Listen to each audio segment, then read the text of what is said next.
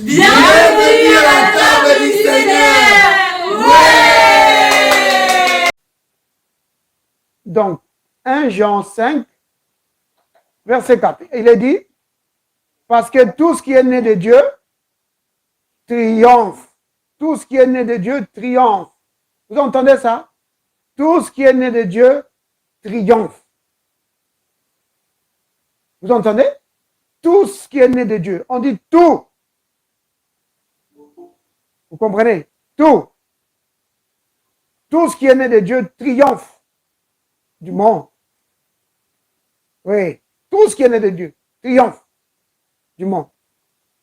Et la victoire qui triomphe du monde, c'est notre foi. Vous avez vu? Donc, il y a les deux parties ici. Le triomphe. Le triomphe est garanti pour tous ceux qui sont nés en Christ Jésus. Tous ceux qui sont nés de Dieu. La Bible dit qu'ils sont nés pour triompher. Tout ce qui est né de Dieu triomphe. Il n'y a pas d'exception. Tu ne vas pas dire que non, moi je ne suis pas pasteur, moi je ne suis pas ceci. Non, tout ce qui est né de Dieu triomphe. Vous voyez? Et maintenant, pourquoi ils triomphent? La Bible nous dit maintenant la raison pour laquelle ils sont censés triompher. C'est à cause de leur foi. Il dit la victoire qui triomphe du monde, c'est notre foi. Vous voyez? Maintenant, certaines personnes vont te dire, mes frères, moi je suis né de Dieu, je suis un enfant de Dieu. Mais pourquoi est-ce que je ne triomphe pas? Pourquoi est-ce que j'ai toujours des problèmes? Est-ce que je manque la foi? Parce que certaines personnes, c'est ça qui se disent, mais puisque je ne triomphe pas, alors c'est que je n'ai pas la foi. Non, bien-aimé. Si tu es un enfant de Dieu, tous les enfants de Dieu ont la foi. On en a déjà parlé. Et on a donné plusieurs écritures, comme dans Jude 1, verset 3, que la foi a été départie, donnée aux saints, une fois pour toutes. Vous voyez? Dans le livre des Romains aussi, au chapitre 12, l'apôtre Paul en parle aussi. Vous voyez? Donc, la foi, tu l'as. Mais souvent, ce qui arrive, la cause, ou je vais dire ça comme ça, la cause de l'échec, ce n'est pas parce que tu n'as pas la foi, mais c'est parce que tu dois apprendre à utiliser ta foi pour triompher.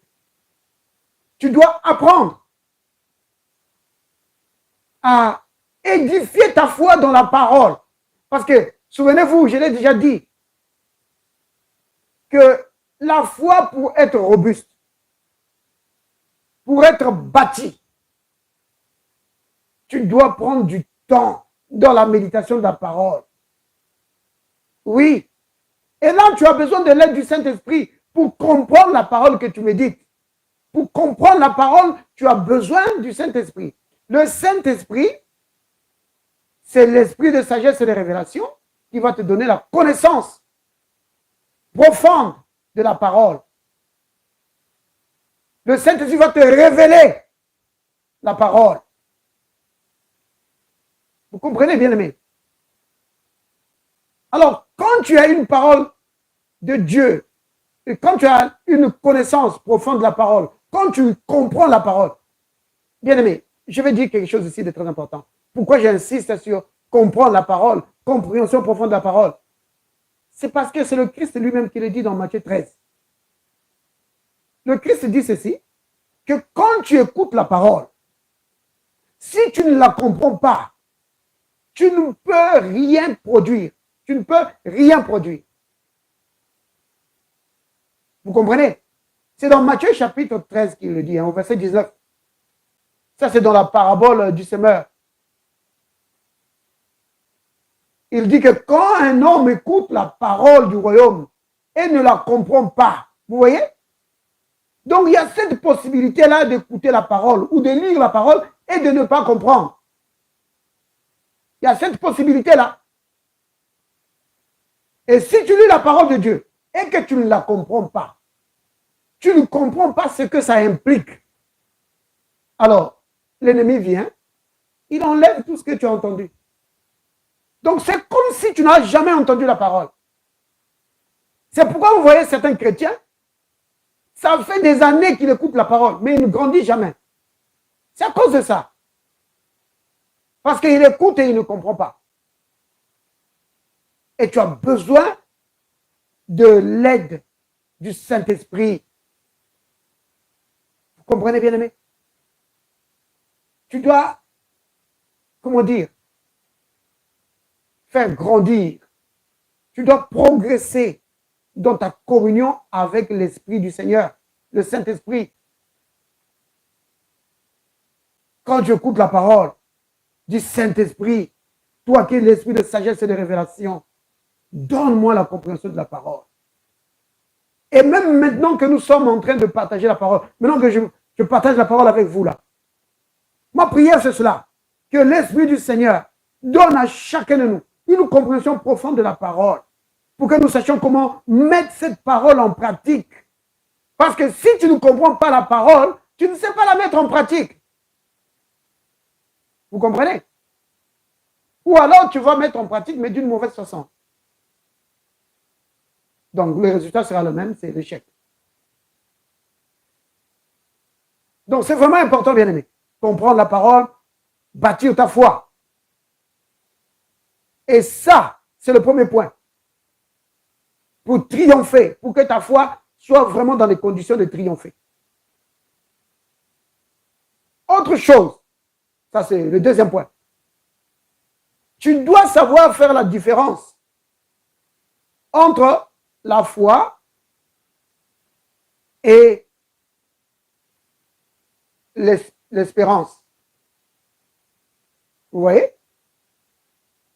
Parce que la foi et l'espérance se ressemblent tellement que si tu ne fais pas attention, tu peux confondre les deux. Vous voyez? Dans le livre des Corinthiens, l'apôtre Paul il dit, dans 1 Corinthiens 13, au verset, donc juste au dernier verset là, regardez ça, on peut prendre ce passage. 1 Corinthiens, chapitre 13, donc ça, 1 Corinthiens 13, vous connaissez ce que c'est, n'est-ce pas? C'est le chapitre de l'amour.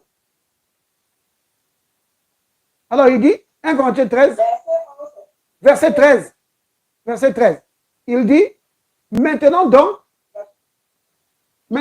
ces trois choses demeurent. La foi, l'espérance, l'amour. Mais la plus grande de ces choses, c'est l'amour, donc la charité. Donc vous avez vu, il y a trois généraux là. Il y a trois généraux qui sont là. La foi, l'espérance et l'amour. Ce sont les trois qui sont là. Et l'apôtre Paul dit que la plus grande, c'est l'amour. Donc, l'espérance, c'est vraiment capital, c'est vraiment important. Vous comprenez? Bien, vous vous souvenez qu'on a déjà parlé de ça? On a déjà parlé de l'espérance et de la foi. Vous vous souvenez? Je vais vous poser une question. Si quelqu'un dit, par exemple, j'ai la foi que Dieu va me guérir un jour. Oui, Dieu va me guérir, j'ai la foi. C'est quoi ça? Est-ce que c'est une déclaration de foi? Non, c'est l'espérance. C'est l'espérance. Oh, c'est bien ça, sœur Julie. Et pourquoi tu dis que c'est l'espérance? Pardon? Pourquoi tu dis que c'est l'espérance? Je dis l'espérance parce que je suis sûr que j'aurai ma foi. Donc ça va finir. Donc j'ai l'espoir. Voilà. Après, c'est les projets. Voilà. C'est cela, sœur Evelyne. C'est-à-dire que l'espérance, c'est toujours au futur. Toujours. Oui. Vous voyez? Oui. L'espérance, c'est toujours, je l'aurai un jour. Je l'aurai un jour. Mais la foi, qu'est-ce que la foi dit? Qu'est-ce que la foi dit? Toujours entendant, c'est la foi. Oui, mais si l'espérance dit je l'aurai un jour, la foi, elle dit quoi? La foi, c'est la croyance. Oui, mais je suis en train de vous donner un exemple. La foi dit, l'espérance dit je l'aurai un jour. Oui. Et la foi dit quoi? Je l'ai. La foi dit je l'ai. Voilà. La foi dit je l'ai. Je l'ai. Vous voyez? Oui. Oui, c'est cela. Donc, l'espérance, c'est toujours au futur. Et la foi, c'est toujours au présent. Vous comprenez?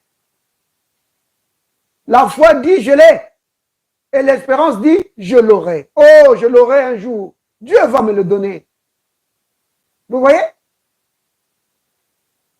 Maintenant, si quelqu'un qui veut être sauvé, tu as parlé à quelqu'un, tu lui as parlé du salut que Dieu nous a donné en Jésus-Christ, et que la personne te dit, oh, c'est très bien ce que tu me dis là. Oh, je crois en ça. Vraiment.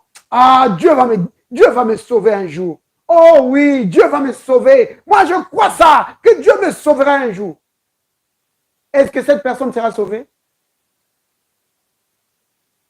Est-ce que cette personne est sauvée? Oui, elle sera sauvée. Ah oui? Cette personne... C'est le futur. L'espoir. Non, mais justement, pour être sauvé, il ne faut pas l'espoir. Il faut la foi. Vous comprenez? L'espérance, c'est une bonne chose. Vous comprenez? Et comme la Bible dit, c'est l'encre de l'âme. C'est bien, ça se stabilise. Mais l'espérance ne suffit pas pour posséder. L'espérance ne possède rien. Vous comprenez? L'espérance a les mains vides.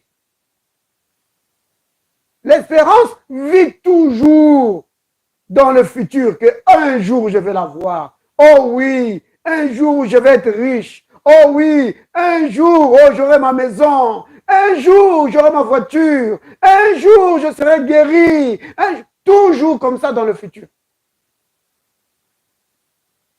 Un jour Dieu va me sauver. Ah oui. Et le jour où la personne est en train de mourir, il va dire, oh Dieu me sauvera un jour. Et la personne va partir en enfer. La personne qui est malade, le jour où la personne est en train de mourir, un jour Dieu va me guérir. Oui, je sais quel jour. Et la personne meurt. Vous comprenez? Par manque de connaissance et de foi. Manque de connaissance et de foi. Oui, c'est cela, ma soeur. Parce que nous avons besoin de comprendre la différence entre l'espérance et la foi. L'espérance, c'est toujours dans le futur. Et la foi, c'est dans le présent. Regardez. Prenons, on va prendre deux passages. D'abord, comme j'ai parlé du salut tout à l'heure, on va prendre d'abord dans Romains. Romains, chapitre 10, versets 9 à 10. Je peux citer ça par cœur, mais... Attends, nous avons quand même un peu de temps. On peut le lire. Romains, chapitre 10. Romains 10. Romains, chapitre 10, versets 9 à 10.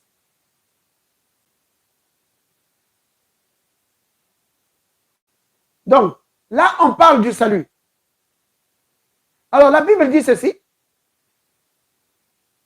Si tu confesses, tu vois, tu dois confesser, tu dois proclamer de ta bouche. Si tu confesses de ta bouche le Seigneur Jésus, et si tu crois dans ton cœur que Dieu l'a ressuscité des morts, tu seras sauvé. Pourquoi? Car c'est en croyant du cœur qu'on parvient à la justice et c'est en confessant de la bouche qu'on parvient au salut. Vous voyez? Donc, si tu crois au Seigneur Jésus, tu dois le proclamer de ta bouche. Tu dois dire que Père, je crois que Jésus-Christ est mort pour mes péchés. Je crois qu'il est ressuscité des morts. Je crois qu'il est monté au ciel et qu'il vit éternellement. Je le reçois maintenant comme mon sauveur personnel. Tu vois? Quand tu proclames ça, c'est comme ça que tu te saisis de ton salut. Mais si tu le dis, tu dis, oh, je crois que Dieu me sauvera un jour. Oh, tu ne l'auras jamais. Tu vois? Donc, la Bible dit que si tu confesses, c'est en confessant de la bouche que tu vas parvenir au salut. Et bien aimé, vous savez qu'on a bien expliqué ce que c'est le salut, n'est-ce pas? Que c'est guérison, délivrance, victoire. Donc, sœur Evelyne, tu as levé la main. Mais en fait, j'avais une question, pasteur. J'aimerais qu'on chantait. En fait, ce que vous voulez dire, c'est que l'espérance, ce n'est pas forcément une bonne chose qu'il faut espérer. Non, ce que je veux dire, c'est ceci. C'est que l'espérance est une bonne chose, mais l'espérance, si tu veux posséder les bénédictions de Dieu, tu dois transformer ton espérance en foi. C'est-à-dire que tu dois quitter l'espérance et entrer dans la foi. Vous comprenez? Donc, je ne peux pas dire que l'espérance, ce n'est pas une bonne chose. L'espérance, c'est une bonne chose. Vous comprenez? Parce que, par exemple, quand il s'agit de la foi, et quand il s'agit de l'enlèvement, quand il s'agit du retour du Seigneur Jésus-Christ, vous voyez, nous avons l'espérance du retour du Seigneur Jésus. Tu vois? Donc, nous espérons son retour. Vous voyez? Et la Bible dit que quiconque a en lui cette espérance, quiconque a en lui cette espérance-là, alors il se purifie. Vous voyez? Donc, l'espérance est une bonne chose. Par exemple, dans l'attente du retour du Seigneur, alors c'est une bonne chose. Vous comprenez? Mais quand il s'agit de posséder ce que Dieu t'a donné, les bénédictions que Dieu t'a données, là, il ne s'agit plus de dire, oh, Dieu me donnera ça un jour. Non. Là, ce n'est pas bon. Mais quand au retour du Seigneur Jésus, tu peux dire, oui, quand le Seigneur viendra, je sais qu'il me prendra. Oui, il me prendra. Oui, j'irai avec lui. Ça, c'est l'espérance. Et c'est très bien. Mais pour la guérison, tu ne dois pas dire, je sais que Dieu va me guérir un jour. Oh, Dieu me guérira un jour. Non, ça, c'est pas bon. Vous avez compris la différence? C'est capital de comprendre ça. L'espérance, c'est toujours dans le futur. Et la foi, c'est dans le présent. Donc, si tu veux être sauvé, tu ne peux pas utiliser l'espérance. Tu dois utiliser la foi. Pourquoi? Parce que c'est des choses que Dieu nous a déjà données. Vous comprenez? La foi prend, possède. La foi, c'est la main qui reçoit les bénédictions que Dieu nous a déjà données. Vous comprenez? Mais le retour du Seigneur Jésus, la foi ne peut pas posséder ça parce que ce n'est pas encore là. Alors pour ça, il faut l'espérance. Donc tu espères son retour. Vous comprenez? Mais en ce qui concerne la guérison, en ce qui concerne le salut, en ce qui concerne toutes les autres bénédictions, Dieu c'est déjà fait. Selon Éphésiens 1, verset 3, la Bible dit, béni soit Dieu, le Père de notre Seigneur Jésus-Christ, qui nous a bénis de toutes sortes de bénédictions. Vous comprenez? Il l'a déjà fait. comme dans 1 Pierre 2, verset 24. Il a dit, lui par le maîtrise duquel vous avez été guéris. Donc c'est fait, n'est-ce pas? Donc, pour quelque chose qui est déjà accompli, que le Seigneur a déjà fait, tu n'as pas besoin d'utiliser l'espérance pour ça. Tu as besoin de la foi. Parce que la foi, sa spécialité, c'est ça. C'est posséder. La foi, c'est posséder ce que Dieu a donné. C'est pourquoi, regardez, Jésus dit ceci, dans Marc 11, verset 24. Le Christ dit, tout ce que vous demandez en priant, croyez quoi? Que vous allez le recevoir un jour. Ouais. Voilà. Est-ce qu'il dit, vous croyez que vous le recevrez un jour? Non, il ne dit pas ça. Il dit, croyez que vous l'avez reçu. Vous voyez? Tu crois que tu l'as reçu. Vous voyez? Alors, tu vas le voir maintenant se manifester. Donc, la foi amène les bénédictions que Dieu t'a données à la manifestation. Vous comprenez? Si tu veux voir les bénédictions que Dieu t'a données se manifester dans ta vie, crois que tu les as reçues. Alors, tu le verras s'accomplir. Tu vas dire, oui, frère, moi je crois. Si tu le crois, alors dis-le de ta bouche. Vous comprenez? Ça, c'est le principe qu'on a lu dans Romains 10. Au verset 10, il a dit que c'est en croyant du cœur qu'on parvient à la justice et c'est en confessant de la bouche qu'on arrive, qu'on parvient au salut, c'est-à-dire à la victoire, à la délivrance, à la guérison. Vous comprenez? Donc, si tu crois que Dieu t'a donné, Dieu t'a béni de toutes sortes de bénédictions, alors dis-le de ta bouche. Dis, Père, merci, parce que tu m'as béni de toutes sortes de bénédictions. Oui, Père, jamais je ne manquerai de quoi que ce soit, parce que tu m'as béni. Oui, je ne manque de rien, Père, merci. Alors, tu vas le voir se manifester dans ta vie. Oui, frère, je fais ça, mais je ne vois rien. Si tu ne vois pas ça, continue. Et surtout, il faut regarder du côté de l'ennemi. Parce que c'est lui qui souvent aime bloquer les bénédictions des enfants de Dieu. Alors, prends autorité sur lui et dis-lui, Satan, tu enlèves tes mains sales de ma vie. Je brise ton pouvoir sur ma vie au nom de Jésus. Alors, tu le verras se manifester dans ta vie. Vous comprenez? Le Christ dit, tout ce que vous demanderez, tout. Il ne dit pas, dans certains cas, quand vous demandez à Dieu, il dit non, tout ce que tu demandes à Dieu, crois que tu l'as reçu. Alors, qu'est-ce qui va se passer? Tu vas le voir s'accomplir. Vous voyez? C'est cela. Donc, c'est vraiment important de savoir faire la différence entre la foi et l'espérance. C'est capital.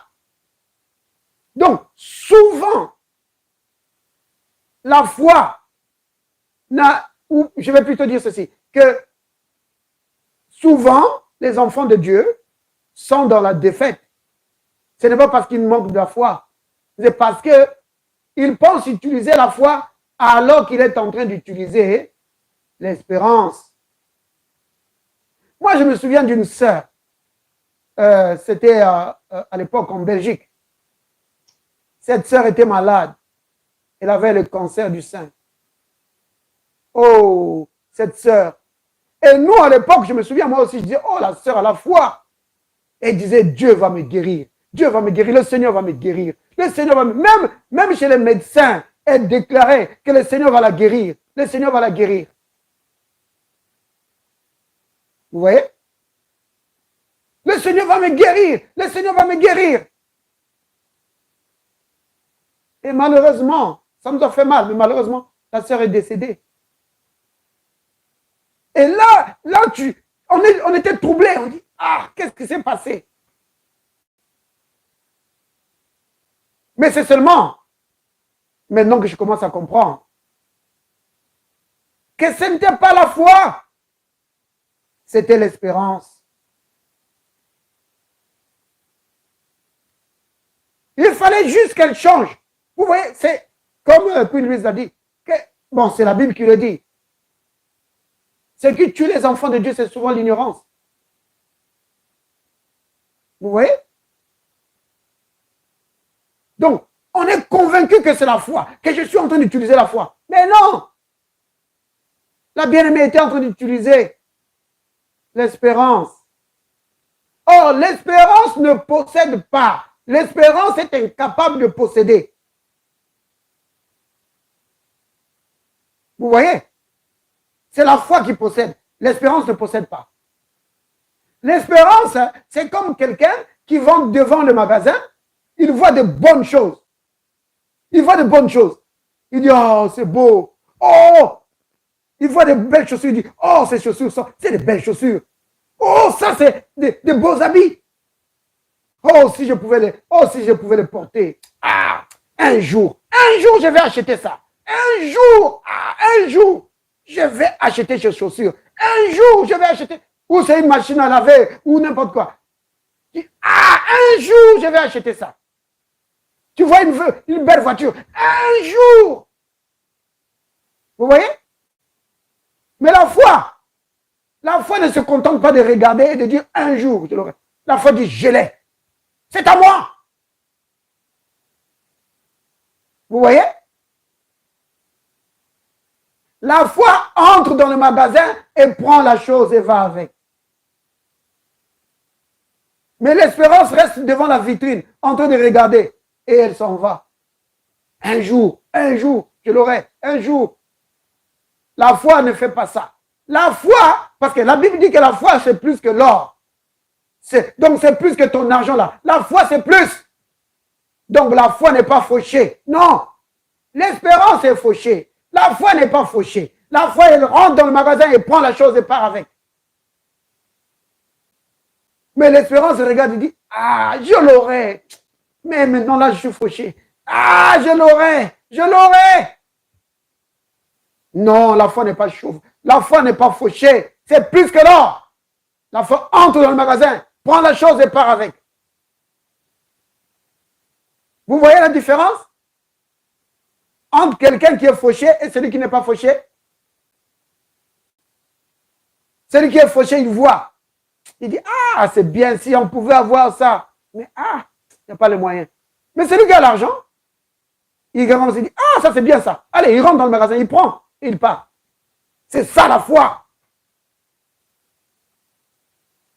Et en ce qui nous concerne, bien-aimés, les bénédictions dont nous avons besoin, tu n'as pas besoin d'aller les chercher encore ou de convaincre Dieu. Dieu nous a déjà bénis.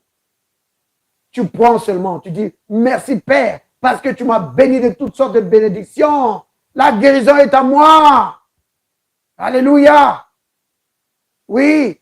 La prospérité dans tous les domaines de ma vie, c'est à moi. Satan, je brise ton pouvoir sur ma vie. Tu ne peux pas me bloquer. C'est impossible. Vous comprenez? C'est comme ça que ta foi va triompher. Tu dois savoir faire cette différence-là entre l'espérance et la foi. Les deux sont importants. Je le répète, bien-aimé, je ne méprise pas l'espérance.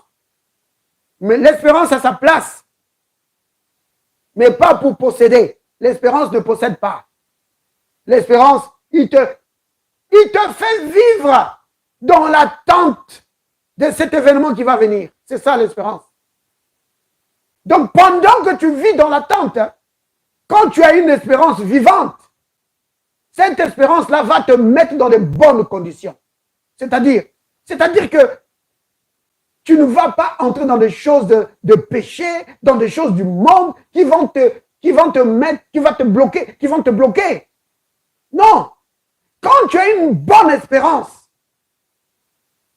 ton espérance là va faire que tu vas t'éloigner de tout ce qui pourrait t'empêcher de posséder ce qui arrive.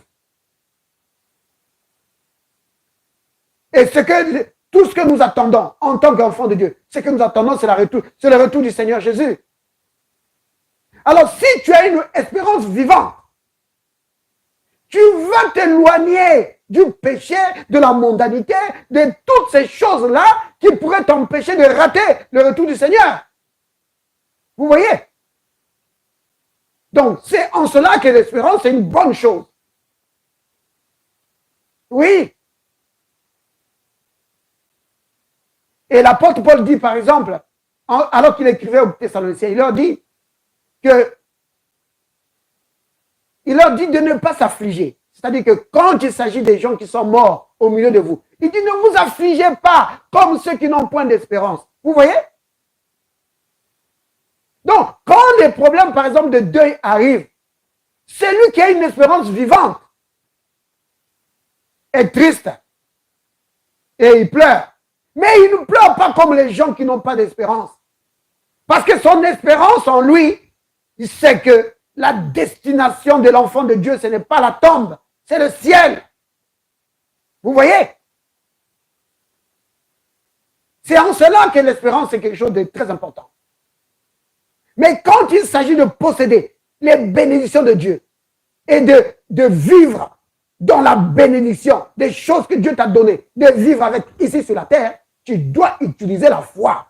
C'est-à-dire, maintenant même, je les possède. Maintenant même, c'est à moi. Oh, bien-aimé, je ne sais pas si vous comprenez.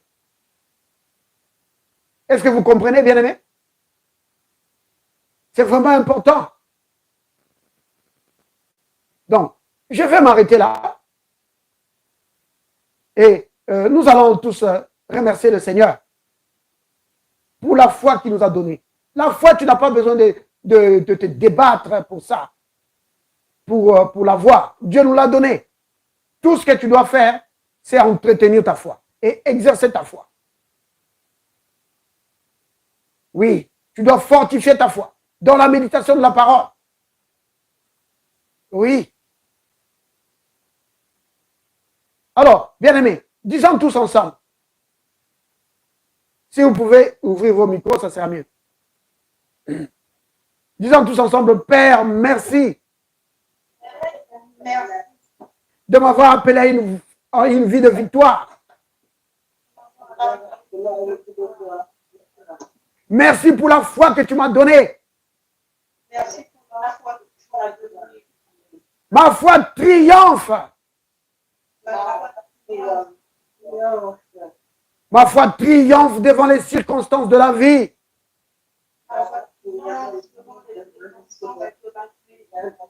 Au nom de Jésus. Amen. Alléluia. Soyez bénis, bien-aimés.